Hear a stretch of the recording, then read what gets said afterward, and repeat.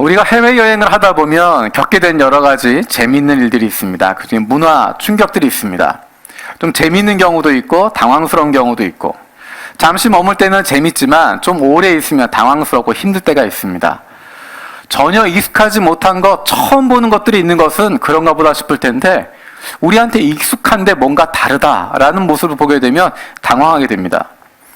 제가 중국에 갔을 때, 또 필리핀에 갔을 때 경험했던 재미있는 기억입니다. 화장실에 갔는데 변기가 있습니다. 분명히 좌변기처럼 생겼는데 이 뚜껑이 없습니다. 그러니까 깔고 앉을 뚜껑이 없고, 또 어떤 경우는 그 위에 이렇게 막 신발 자국이 묻어 있습니다. 이 위에 올라가서 어떻게 하는 건가? 이렇게 엉덩이를 대기는 좀, 그렇고, 굉장히 고민을 많이 한 적이 있습니다. 나중에 물어보니까 어떤 변기들은 그 위에 올라가서 이를 보게 되어져 있습니다. 여러분, 이 얘기 듣고 나니까 공항에 변기에 올라가지 마시오. 이해 가시죠? 똑같은 변기 모양인 것 같은데 다르게 사용하는 경우들이 있습니다. 해외 여행객들이 일본에서 느끼는 문화 충격, 놀라운 것들 적어놓은 몇 가지가 있는 사이트를 봤습니다. 그 중에 기억나는 것 한 가지는, 어느 나라나 에스컬레이터가 있는데 일본에 오면 사람들이 왼쪽에만 서 있다. 오른쪽은 텅텅 비어 있는데 왼쪽은 꽉 차 있는 대로 서 있습니다. 더 놀라운 것, 전철에서 사람들 다 내리면 내려오는 곳에만 사람들이 바글바글하게 내려오고, 올라가는 쪽에는 한 명도 내려오지 않습니다. 여러분, 그런 거 보셨죠? 우리가 봤을 땐 당연한 것이라고 생각하는데 외국에서 온 사람들이 보면 굉장히 놀라운, 이상하다고 느낄 수 있는 문화 충격으로 다가오게 됩니다. 교회 처음 오는 사람들이 느끼는 문화 충격들이 있습니다. 오랫동안 교회 다녔다는 사람은 잘 모르는데요, 교회 처음 오는 사람이 봤을 때 이상하다 생각되는 부분들이 있습니다. 분명히 알고 있는 것인데, 분명히 우리도 그 뜻을 알고 있다고 생각하는데 교회에서는 전혀 다른 용도로 쓰이기 때문입니다. 특별한 용어들이 있습니다. 특별한 어휘들, 교회에서만 많이 사용하는 어휘들이 있습니다. 은혜라든지 기도라든지, 또 여러 가지 새로운 것들, 다른 사람과 대화하면서 마지막 인사로 늘 하는 이야기는 기도하겠습니다. 처음 만나는 사람한테 다짜고짜 사랑합니다. 이제 그런 표현들은 굉장히 낯선 표현이고 무슨 소린가 싶은 이야기가 될 수 있습니다. 또 한 가지는 영광이라고 하는 단어가 있습니다. 영광이라고 하는 단어, 사회에서도 일반적으로 많이 쓰는 표현입니다. 나의 영광, 조국의 영광, 가문의 영광, 영광이라는 표현을 많이 쓰는데 교회에서 쓰는 표현이 좀 다릅니다. 영광이라고 하는 표현을 나의 영광, 그렇게 쓰지 않습니다. 어떻게 쓰죠? 누구의 영광? 하나님의 영광. 분명히 이 사람이 열심히 공부해서 좋은 학교 들어갔는데 그것에 대한 평을 이야기할 때 누구에게 영광을 돌리죠? 하나님께 영광을 돌립니다 라고 이야기합니다. 분명히 자기가 최선을 다해서 열심히 노력해서 좋은 결과가 나왔는데도 하나님께 영광을 돌린다. 이런 표현들을 일반적으로 사용하기 어려운 것입니다. 또 때로는 분명히 자기가 하고 싶은 일 열심히 하고 있는데 뭐라고 설명하냐면, 이게 다 주님의 영광을 위한 거야. 내가 하고 싶은 건 열심히 해서 내가 내 자랑 한참마다 중간에 하나님께 영광을 돌립니다. 그리고 나서 또 자기 자랑 계속하는 경우들이 있습니다. 믿지 않는 사람들이 보면, 교회 안 다니는 사람들이 보면 정말 이상하다 생각하는 그런 표현입니다. 영광을 돌린다고 하는 것, 특별히 하나님께 영광을 돌린다라고 하는 것. 운동선수들이 자주 사용합니다. 올림픽 끝나고 나면 굉장히 많은 선수들이 금메달을 목에 걸고, 또는 은메달, 동메달을 목에 걸고 눈물을 흘리면서 하나님께 영광을 돌립니다. 근데 사실 그건 조금 더 와닿습니다. 왜냐하면 정말 열심히 노력하면서 수고했던 걸 알기 때문에 와닿는데, 하나님께 영광을 돌린다라는 표현이 가장 놀랍게 만드는 장면은 연말에 연예인들의 시상식 장면입니다. 연예인들 시상할 때 트로피를 탁 받고 올라가서 기쁜 표정으로 이야기합니다. 한두 마디 이야기하다가 하나님께 영광을 돌립니다 라고 이야기합니다. 그럼 우리 두 가지로 놀랍니다. 첫 번째는, 이런 공개적인 자리에서 하나님께 영광을 돌리다니 정말 신앙이 좋구나. 두 번째는, 아니 제가 예수 믿어? 우리는 하나님께 영광 돌리는 것 원하고 그렇게 정말 살기 원합니다. 이런 찬양도 있잖아요. 주님께 영광을, 주님께 영광을, 할렐루야 하는 찬양도 있습니다. 우리의 젊음을 다 바쳐서 주님을 사랑해, 할렐루야. 좋은 의미든 안 좋은 의미든 우리는 주님께 영광 돌리는 것, 하나님께 영광을 돌리는 삶을 살고 싶습니다. 근데 문제는 그것이 어떤 삶인가 하는 것을 잘 모른다는 것입니다. 찬양은 하지만 주님의 영광을 위해서 또는 주님께 영광을 돌린다라고 이야기는 많이 하는데 정말 하나님께 영광을 돌리는 것이 어떤 삶일까? 어떻게 살아가는 것이 주님께 영광을 돌리는, 하나님께 영광이 되는 삶을 사는 것일까? 오늘의 본문 말씀을 통해서 예수님께서 가르쳐 주시는 하나님께 영광을 돌리는 삶이 어떤 삶인지 오늘의 말씀을 통해서 함께 나누길 원합니다. 먼저 18절 말씀 같이 읽겠습니다. 18절입니다. 시작.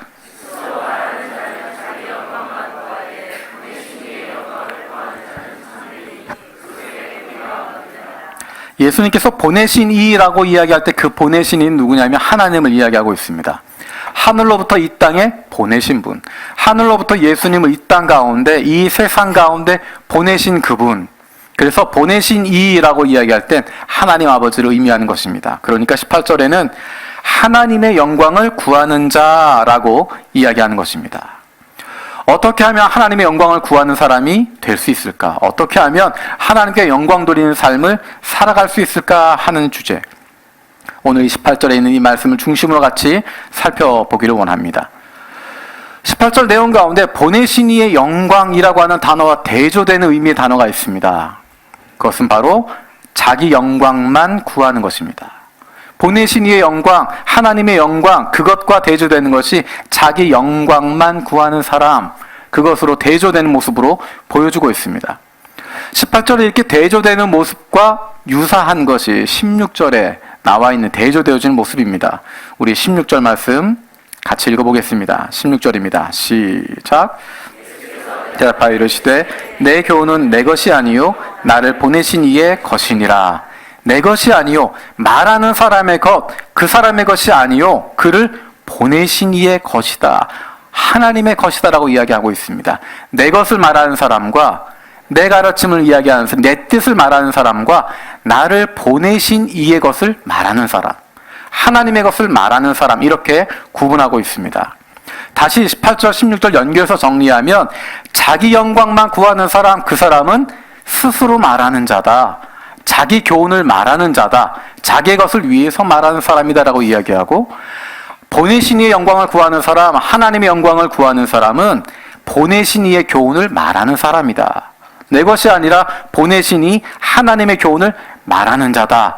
이렇게 이야기하고 있습니다. 여러분 표정을 보니까 그러면 내 것을 말하는 사람과 하나님의 것을 말하는 사람, 그것을 어떻게 구분할까? 여러분 표정이 그렇게 이야기하고 있습니다. 여러분 표정처럼 어떻게 구분해야 되나, 뭐가 어떤 것인가, 그것을 잘 구분할 수 있는 방법, 어떻게 판별할 수 있을까? 우리 12절을 보면 비슷한 상황이 등장해 있습니다. 예수님을 보고 두 가지의 정반대 이야기가 나오게 됩니다. 우리 12절 말씀 12절 같이 읽겠습니다. 시작. 예수에 대하여 무리 중에서 수군거림이 많아 어떤 사람은 좋은 사람이라 하며 어떤 사람은 아니라 무리를 미혹한다 하나. 많은 사람들이 예수님을 보고 예수님에 대해서 이야기를 합니다. 예수가 좋은 사람이다 라고 이야기하는 사람이 있고, 아니다, 그 사람은 사람들 미혹하는 사람이다, 사람들 속이는 사람이다, 그 사람은 나쁜 사람이다 라고 이야기합니다. 예수가 좋은 사람인가 아니면 미혹하는 사람인가, 그것을 어떻게 구분할 것인가, 어떻게 그것을 판단할 것인가, 어떤 사람이 과연 하나님께 영광을 돌리는 사람인가, 어떤 사람은 자기의 영광을 구하는 사람인가, 어떤 사람이 하나님이 원하시는 것을 하는 사람이고 어떤 사람은 자기 뜻을 행하는 사람인가. 우리 13절 말씀 읽어보겠습니다. 13절입니다. 시작.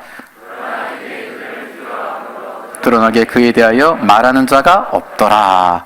유대인들을 두려워함으로.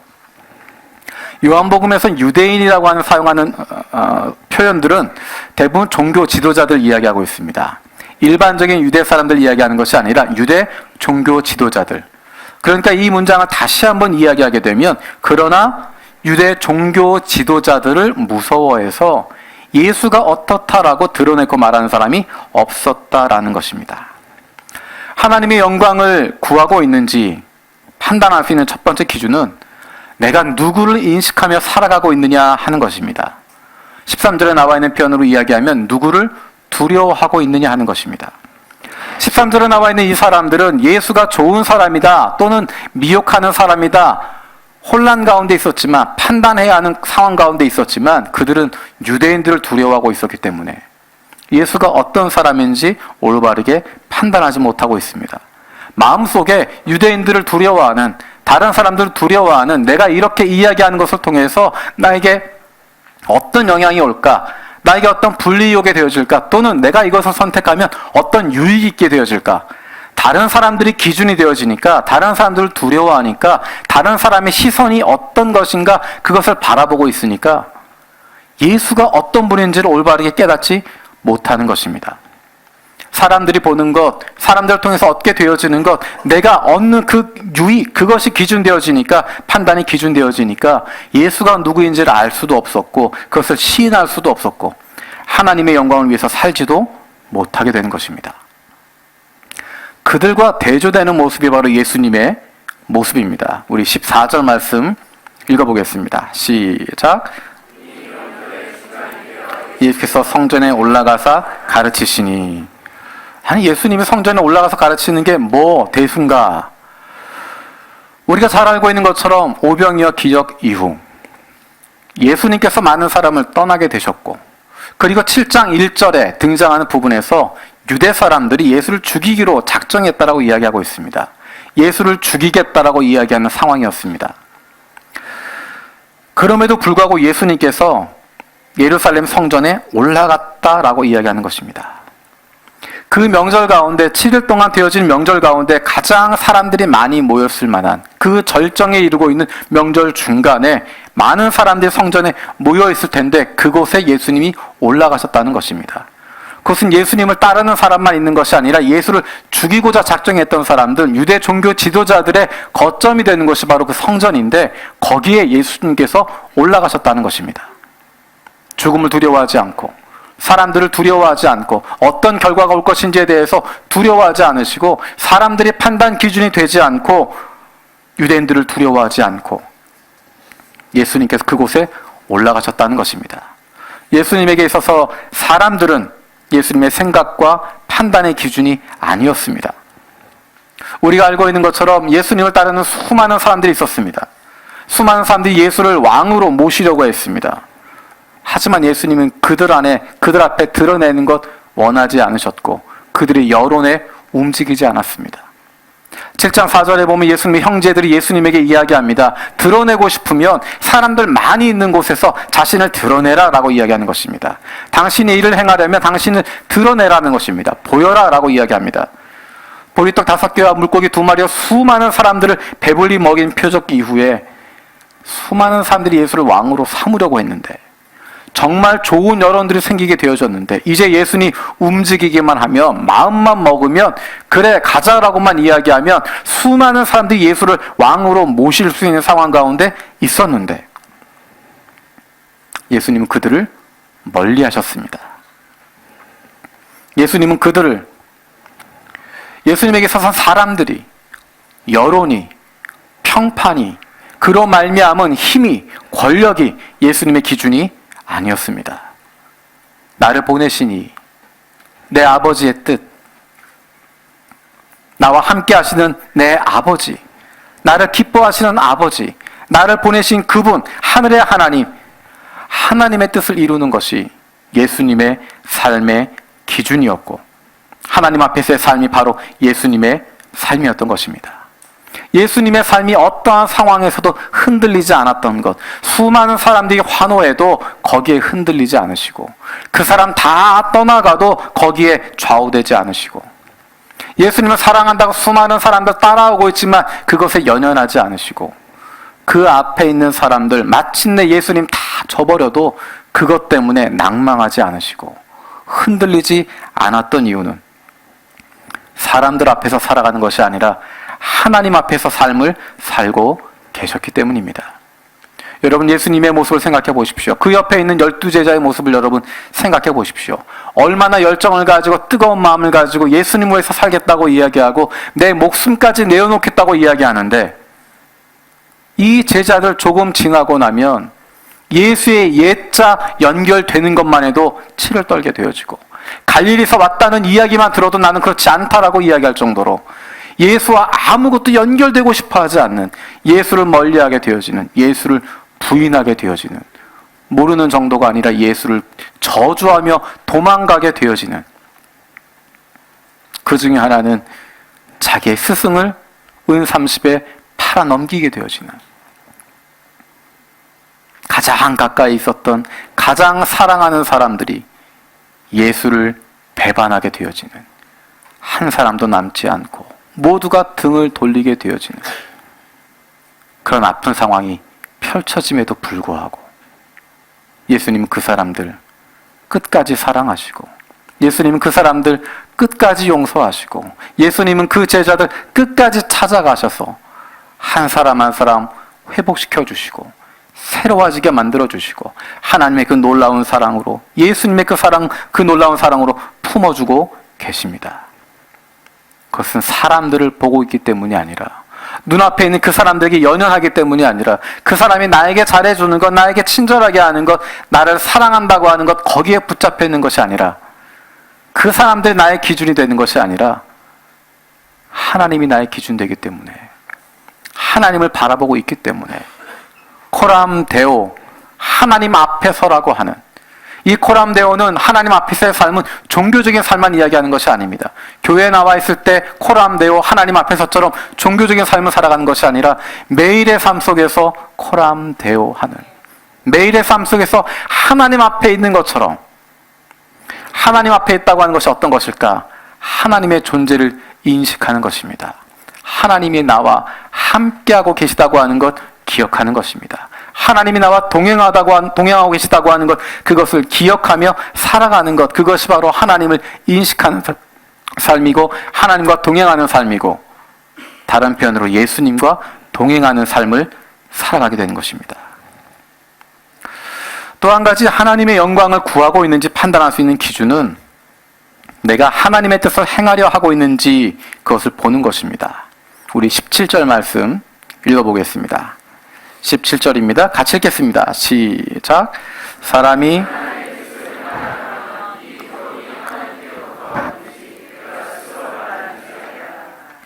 내 뜻을 행하고 내 것을 행함인지, 아니면 하나님의 영광을 위한 것인지 어떻게 구분할 수 있을까? 내가 하나님의 뜻대로 행하겠다라고 결정하고 있는 사람, 내가 하나님의 뜻대로 살겠다라고, 하나님의 뜻을 이루겠다라고 구하는 사람, 그 사람이 분별할 수 있다는 것입니다. 내 뜻을 행하는 것이 아니라, 내 것을 행하겠다고 하는 것이 아니라, 하나님의 뜻을 행하려면 하나님이 무엇을 기뻐하는지를 깨달아야 됩니다. 하나님의 일을 행하고자 하는 사람은 하나님의 마음이 어디 있는지에 관심을 두게 됩니다. 그래서 이 일이 하나님이 기뻐하시는 것인지, 하나님의 영광이 되는 것인지, 아니면 그냥 사람들이 기뻐하고 좋아하는 것인지, 사람들의 자랑이 되는 것인지, 그것을 분별할 수 있게 되는 것입니다.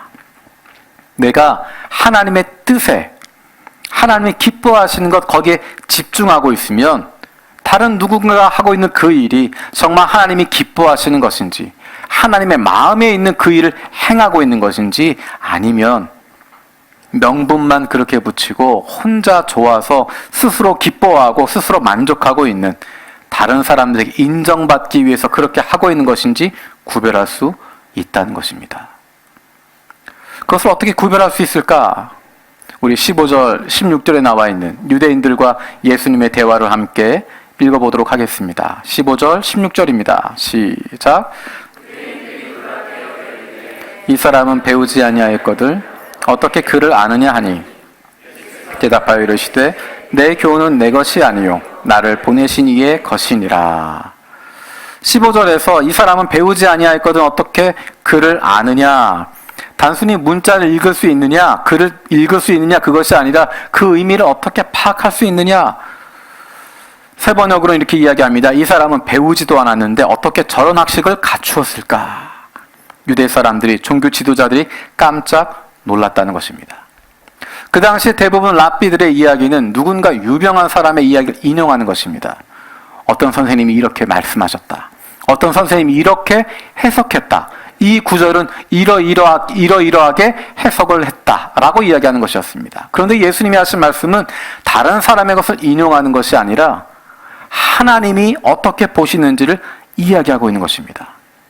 유명한 누군가의 것을 끌어오는 것이 아닌데 그 말씀을 들어보면 기가 막히게 율법이 말하고 있었던 그 정수를 그대로 이야기하고 있고 그 방향이 무엇인지를 정확하게 판단하고 있고 한치도 틀림이 없는 성경의 전체 흐름과 전혀 그것을 벗어나는 것이 전혀 나타나지 않는 하나님의 그 마음을 정확하게 표현하고 있었기 때문에 사람들은 놀랄 수밖에 없었던 것입니다. 예수님 당시에 이 유대인들, 유대 종교 지도자들, 이 학파들에는 두 개의 커다란 학파가 있었습니다. 힐렐 학파와 샴마이 학파라는 두 학파가 있었습니다. 모세오경을 연구하고 그 당시에 있었던 구전 전승들을 연구하는 사람들이었는데 그것을 해석해내는 탁월한 능력이 있는 사람들이었는데 이 두 사람은 약간의 차이점들을 가지고 있습니다. 그래서 많은 사람들이, 유대에 있는 많은 엘리트들이, 많은 사람들이 또는 전 세계에 있는 많은 유대인들이 이 사람들에게 배우고자 몰려들었습니다. 그래서 학파를 이루게 되어지고 많은 사람들이 그 사람들의 가르침대로 따라가게 되어졌습니다.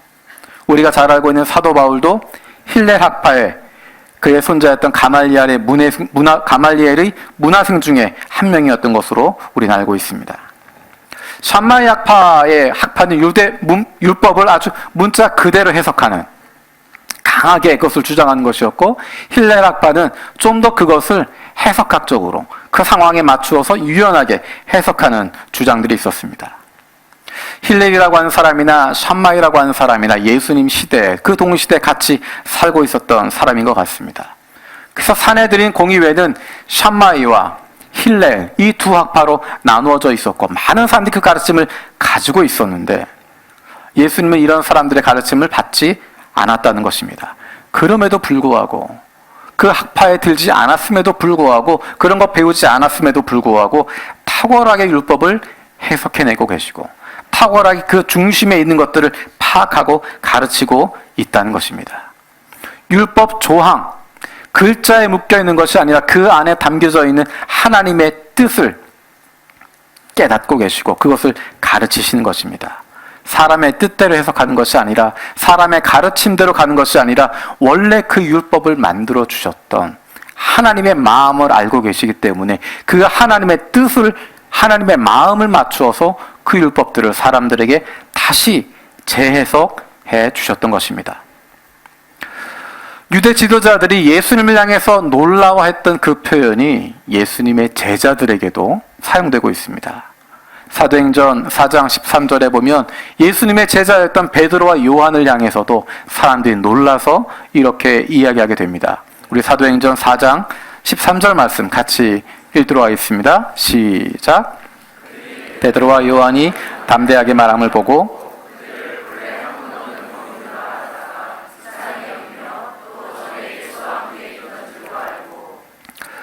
베드로와 요한이 학문 없는, 배운 적이 없는 그런 학파에 들지 않았던 그런 사람인 줄 알았는데 그들이 이야기하는 것, 이것이 놀랍다라는 것입니다.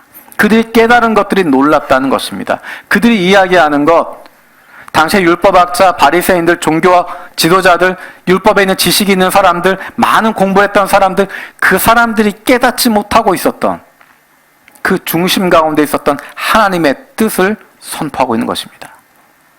그 당시에 많은 종교 지도자들은 율법은 알고 있었지만, 그것에 대한 지식은 가지고 있었지만, 그것에 대한 공부하는 부분들이 있었지만 그것의 중심이 되는 하나님의 마음에는 관심이 없었습니다.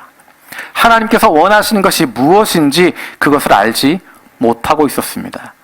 조항은 알고 있었지만, 법은 알고 있었지만, 율법에 대한 규칙들은 알고 있었지만, 그것에 대한 열정은 있었지만 하나님의 뜻이 어디에 있는지 그들은 깨닫지 못했습니다. 그들은 율법을 철저하게 지켰습니다. 열심을 가지고 있었습니다. 종교적인 충성심으로 가득 차 있었습니다. 절기를 지키고 율례들을 지키게 되어지고 그들이 해야 할 종교적인 관습들을 철저하게 지키는 뜨거운 사람들이었고 열정이 넘치는 사람들이었습니다. 하지만 그들은 기쁨이 없는 사람들이었습니다. 스스로 어려울 뿐만 아니라 나에게 있는 그 무거운 짐들을 다른 사람들에게도 그대로 지우게 하는, 다른 사람들을 정죄하는 것으로 가득 차게 되었습니다. 그래서 만나는 사람들마다 모두를 힘들게 하고 어렵게 하게 되어집니다. 율법의 잣대를 가지고 내가 생각하는, 내가 가지고 있는 의롭다고 생각하는 그 율법의 잣대를 가지고 그 기준을 가지고 다른 사람들을 판단하고 정죄하게 되어지는 것입니다. 내가 이만큼 율법을 잘 지키고 있는데 너는 왜 이 조항들을 지키지 않느냐라고 이야기하고, 나는 이렇게 윤리를 따르고 있고 이렇게 종교적인 행위들을 하고 있는데 너희들은 왜 이렇게 종교적이지 않냐라고 비판하게 되어지고, 만나는 사람들마다 정죄하게 되어지고, 만나는 사람들마다 아프게 하게 되어지고, 다른 사람에게도 기쁨이 없고 그 사람의 기쁨 다 빼앗아 버리고 내 안에도 기쁨이 넘치지 못하게 되어지는, 내 안에도 아픔과 고통만 남아있게 되어지는. 하지만 예수님은 하나님의 뜻을 행하는 분이셨습니다.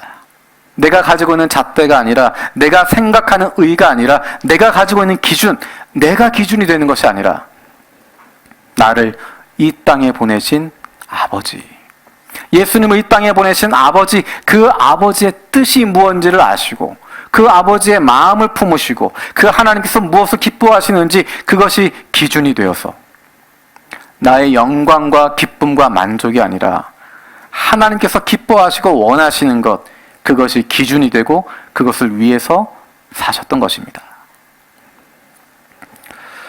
내 영광을 구하는 사람인지 아니면 하나님의 영광을 구하는 사람인지 판단하는 기준 살펴봤습니다. 내가 먼저 올바른 기준을 가지고 있어야 그것들을 판별할 수 있다라고 이야기했습니다. 유대인을 두려워하는 사람, 사람들을 두려워하는 것, 사람들이 나의 인생의 기준, 내 삶의 기준, 나의 두려움의 대상이 되는 것이 아니라 하나님을 두려워할 줄 알아야 한다고 이야기했습니다. 사람들이 인생의 기준이 아니라, 다른 사람의 시선이 인생의 기준이 아니라 하나님이 우리와 함께 하심을 인식하고 살아가는 코람데오의 삶을 살아야 한다고 이야기했습니다. 그리고 하나님의 뜻을 알고 그것을 행하며 살아가야 하나님의 영광을 구하고 있는지 사람의 영광을 구하고 있는지 판별할 수 있다라고 이야기했습니다.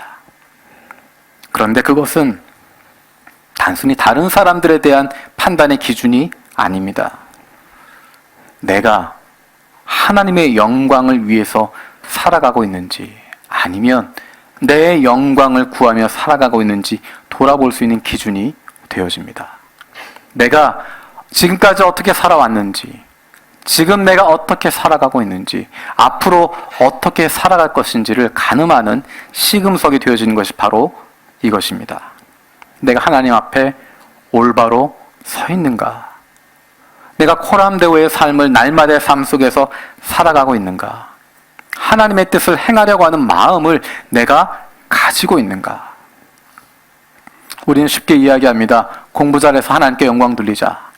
사업해서 돈 많이 벌어서 하나님께 영광 돌린다. 건강 회복되어서 건강한 몸을 가지고 하나님께 영광 돌린다. 교회가 성장하면 하나님께 영광 돌리게 되어진다. 많은 사람 모이면 하나님께 영광 돌리게 되어진다. 큰일 하고 나면 하나님께 영광 돌립니다. 정말 그럴까? 공부 잘하는 것이 하나님께 영광 돌리는 것이 아니라 그 공부하는 과정을 통해서 기뻐하는 것, 나의 도움이 필요한 사람에게 도움을 주면서 함께 갈 수 있도록 하는 것이 오히려 하나님께 영광을 돌리는 것이고, 건강한 몸을 가지고 내 마음대로 내 마음껏 살아가는 것이 아니라 조금 부족한 것 같지만, 모자란 것 같지만, 그래서 하나님에게 집중하게 되어지고 하나님 뜻 구하며 살아가게 되어지는 것, 그것이 오히려 하나님의 영광을 구하는 것이고, 교회가 성장하는 것, 많은 사람 모이는 것, 많은 일을 하는 것, 그것이 중요한 것이 아니라 그 교회가 건강해져야 하나님이 기뻐하시는 것입니다. 여러분 마음속에 어떻게 하나님께 영광 돌릴까 생각하지 마십시오. 우리가 나도 모르게 하나님께 영광 돌리고 싶다라고 하는 생각, 어쩌면 그것이 솔직하게 이야기해서 다른 사람에게 인정받고 싶다 하는 것 아닙니까? 내가 하고 싶은 것, 내가 얻고 싶은 것, 내 마음에 있는 것, 그것을 하는 것, 그것이 아니라 하나님의 영광이라고 하는 종교적인 허울, 종교적인 허상, 그것을 내려놓고 어쩌면 우리가 하나님께 영광 돌린다라는 그 표현 속에 내 꿈을 이루고 내 야망을 이루고 싶은 그것이 담겨져 있는데 그것을 내려놓고 주님께 영광 돌리겠다는 생각 안 하셔도 괜찮습니다. 그 전에 먼저 해야 할 것, 내 안에 예수 그리스도를 모시는 것입니다. 내 안에 하나님의 마음을 품는 것입니다. 내가 먼저 하나님의 뜻을 행하겠다고 마음을 품는 것입니다. 그리고 그 마음을 행동으로 움직이게 되는 것입니다. 부모님과 아무런 상관도 없이 살아가다가, 부모님과 아무런 관계도 없이 살아가다가 다른 사람들 앞에서 나는 우리 부모님 사랑한다고 이야기하고 우리 부모님의 영광을 위해서라고 이야기하는 그 모습을 보면 다른 사람들은 야, 저 사람 효자인가 보다, 저 사람 부모님 참 사랑하는가 보다 그렇게 속을 수 있겠지만 그 부모님의 입장에서 보면 얼마나 마음이 아픈 일이 되어지겠습니까? 하나님께 영광 돌리는 것, 그것이 목표가 아니라 하나님께 영광 돌리고 하나님의 이름 높인다고 하는 것, 그것이 중요한 것이 아니라 내 안에 예수 그리스도가 없으면, 하나님을 인식하고 살아가지 못한다면, 매일의 삶 속에서 하나님이 나와 함께 하신 그것 깨닫지 못하고 살아간다고 한다면 하나님의 임재가 아니라 다른 사람들이 나를 어떻게 볼까, 다른 사람들이 나를 어떻게 평가할까, 그것에 사로잡혀 살아가고 있다고 한다면 하나님의 영광이라고 하는 그것은 허울 좋은 거짓말이고 실상은 종교적인 자랑과 위로가 될 뿐입니다. 하나님의 영광이라고 하는 브랜드 붙여놓고 실상은 내 스스로의 종교적인 영광, 종교적인 만족에 그치게 되어질 수 있습니다. 내 안에 하나님을 사랑하는 마음, 그분을 두려워하는 마음을 가지고 살아가는 저와 여러분들 되어지길 원합니다. 내 안에 하나님의 뜻을 행하겠다고 하는 결단이 있게 되어지길 원합니다. 그러고 나면 내가 무엇을 해야 할지, 내가 어떻게 살아야 할지, 내가 어느 길을 걸어야 할지, 무엇이 하나님이 기뻐하시는 길인지, 그래서 하나님이 기뻐하시는 그 길, 하나님의 이름이 나타나게 되어지는, 하나님께 영광 돌리는 그 길이 무엇인지 우리에게 깨닫게 해주실 것입니다. 이 시간 함께 찬양하길 원합니다. 어떻게 하는 것이 하나님께 영광을 돌리는 삶일까? 어떻게 하면 우리가 하나님께 영광 돌리는, 하나님의 영광을 위해서 살아갈 수 있을까? 내 안에 가장 귀한 것 예수를 알미라. 조금 전에 이야기했던 것처럼 주님께 영광 돌리겠다는 생각 여러분 버리십시오. 그런 거 안 해도 괜찮습니다. 우리가 하나님께 영광 돌리지 않아도, 여러분들이 그렇게 하지 않아도 하나님은 영광 받으시는 분이시고 하나님이 영광 자체에 있는 분이십니다. 수단과 방법 가리지 않고 무엇을 성취해서 하나님께 영광 돌리겠다, 그런 것 하지 마십시오. 필요 없습니다. 내 안에 아무것도 없으면서 하나님의 영광을 위해서 내가 무엇인가 헌신하겠다, 그런 것 하지 마십시오. 안 해도 괜찮습니다. 하나님의 영광을 위해서라는 허울이 아니라 내 안에 예수 그리스도가 계시고 내 삶 속에 하나님이 계시고 하나님 앞에서의 삶, 예수 그리스도와 동행하고 있는 삶, 하나님을 사랑하는 그 마음으로 살아가고 있을 때 우리의 한 걸음 한 걸음을 통하여서, 우리의 한 호흡 한 호흡을 통해서 하나님께 영광이 되어지고 하나님께 기쁨이 되어지고 하나님께 드리는 감사가 되어질 것입니다. 이 시간 같이 기도하는 마음으로, 고백하는 마음으로 함께 찬양드리겠습니다. 내 안에 가장 귀한 것 예수를 알미라.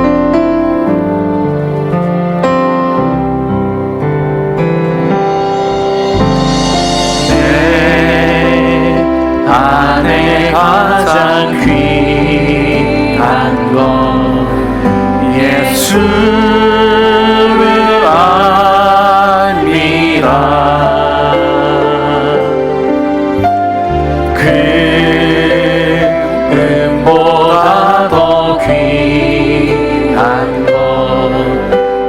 예수를 알미라. 세상 지식보다 귀한 것, 세상 지식보다 귀한 것 예수를 알미라. 내 안에 가장 귀한 것 예수를 알미라. 예수의 이름, 예수의 이름 좀 귀한 그 이름.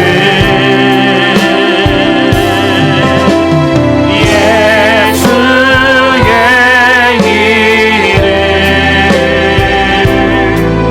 능력의 그 이름. 내 안에 가장 귀한 것, 내 안에 가장 귀한 것 예수를 알미라. 그분보다 더 귀한 것, 금보다 더 귀한 것 예수를 알미라. 예수의 이름, 존귀한 이름, 예수의 이름 좀 귀한 그 이름.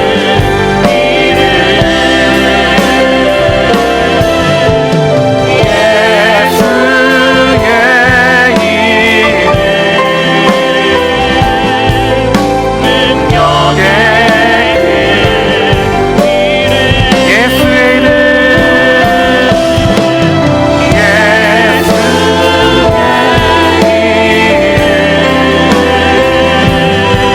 좀 귀한 그 이름. 예수의 이름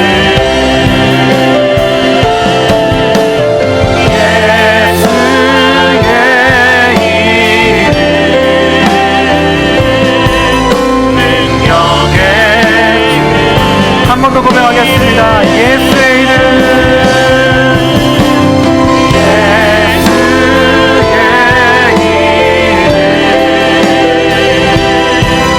좀 귀한 그 이름.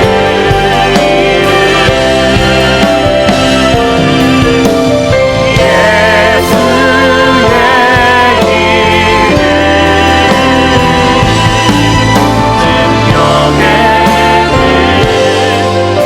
이름. 함께 기도하겠습니다.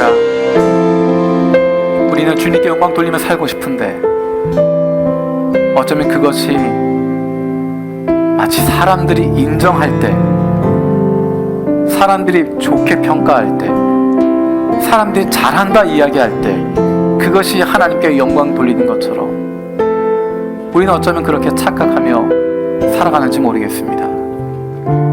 사람들의 시선에서 보면, 사람들 기준에서 보면 예수님은 실패한 사람입니다. 그 많은 사람들 예수를 왕으로 모시자고 했는데 그것 거절하시고, 그 좋은 조건 그 앞에 놓여 있었는데 그 좋은 여론, 그 힘 다 마다하시고 아무도 원하지 않는 십자가 지시고 모든 사람들로부터 배반당하고 배신당하고 버려짐 당하는 그 모습, 사람들 보기엔 실패하는 것이지만 하나님 보시기에 가장 아름다운 모습이고 하나님이 기뻐하시는 것이고 하나님의 뜻을 이루는 것이었습니다. 그것이 바로 하나님께 영광을 돌리는 삶이었음을 기억합니다.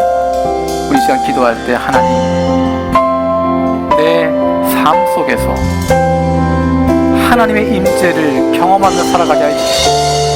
사람들이 아니라, 사람들의 판단이 아니라, 내 기준이 아니라 하나님 앞에서 살아갈 수 있는, 호람대오로 살아갈 수 있는 예수와 동행하는 삶을 살아갈 수 있게 하여 주시옵소서. 내 마음에 있는 것 그것을 구하는 것이 아니라 하나님의 뜻을 이루겠다라고 하나님의 기뻐하시는 것 그것으로 기뻐하고 하나님이 원하시는 그것 나도 품고 나아가겠다고 결단할 수 있는 우리들 되게 하여 주시옵소서. 이 시간 같이 기도하겠습니다. 살아계신 아버지 감사드립니다. 아버지 하나님 마음을 원합니다. 우리의 삶이 주님께 드리는 몸을 원합니다.